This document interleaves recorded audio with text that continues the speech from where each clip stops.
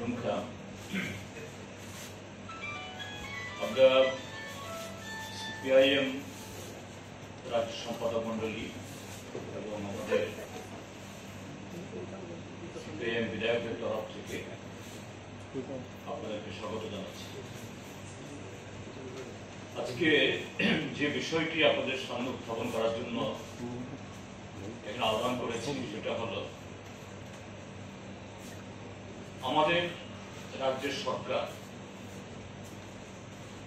অর্থাৎ তার যে পলিটিক্যাল এক্সিকিউটিভ এবং তার অধীনে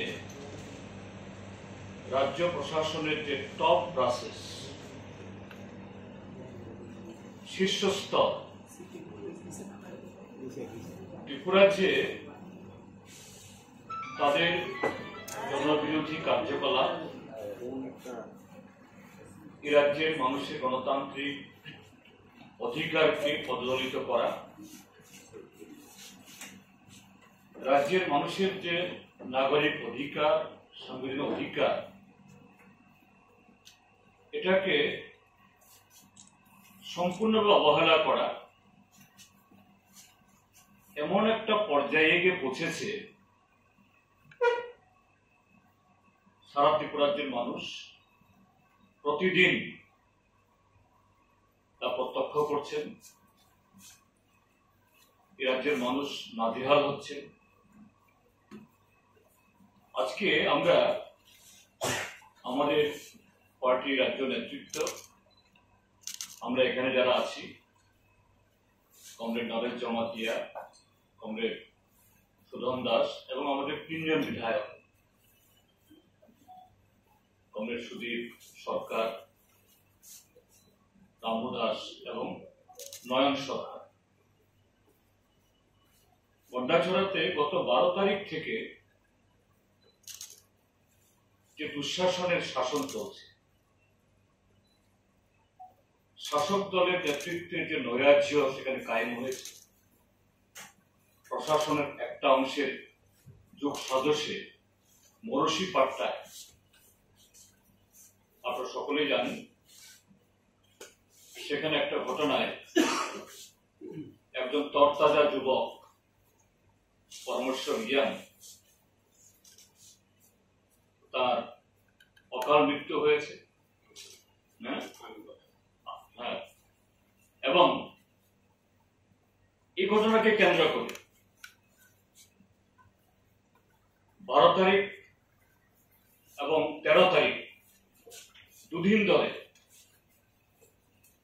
গন্ডাছড়া মহকুমাতে তাণ্ডবলীলা চলেছে। এতে শতাধিক পরিবারের জীবন জীবিকা সম্পূর্ণভাবে ধ্বংস হয়েছে। তাদের বসত বাড়ি, দোকান ঘর,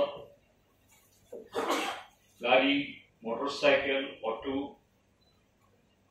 আরো নানা ধরনের দামি দামি জিনিস এগুলোর উপরে তাদের জীবিকা নির্বাহ তারা করতেন।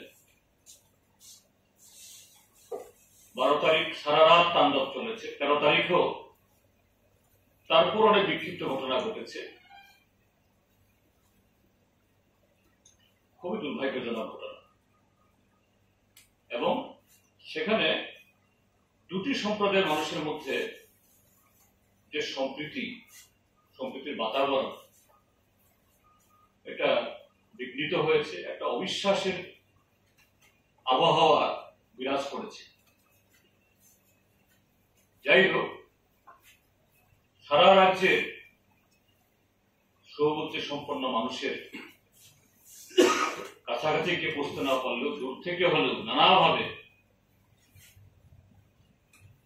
এই ধরনের একটা দুর্ভাগ্যজনক ঘটনা যাতে আর প্রলম্বিত না হয়, সারা রাজ্যের মানুষের তাদের ইচ্ছায় বা সহযোগিতায় এবং অবশ্যই প্রশাসনের কোনো ভূমিকা নাই কথা বলবো না। ইনিশিয়ালি অবশ্যই তাদের ব্যর্থতার কারণে এটা হয়েছে, কিন্তু পরবর্তী সময়েতে তারা ভূমিকা নিয়েছে। এটা আর বেশি দূর গড়ায়